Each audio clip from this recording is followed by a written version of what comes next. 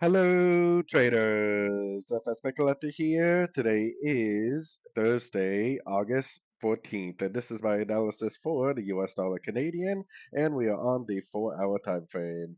So on the 4-hour time frame, like I've been saying all week long, this could be the end of a correction. If it is, this right here is all just corrective to this, meaning that eventually it's going to continue down like that, giving us a break of structure that will tell us that it's over.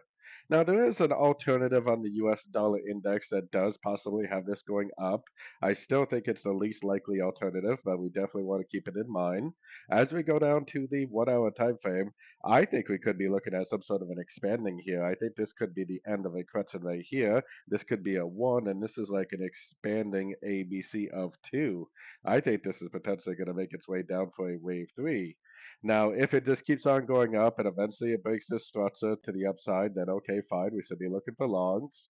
But because of the dollar index, because of the US dollar CAD pattern, I am definitely still looking at this whole sideways price action as a bearish correction to the last impulsive move down that we had a couple Fridays ago.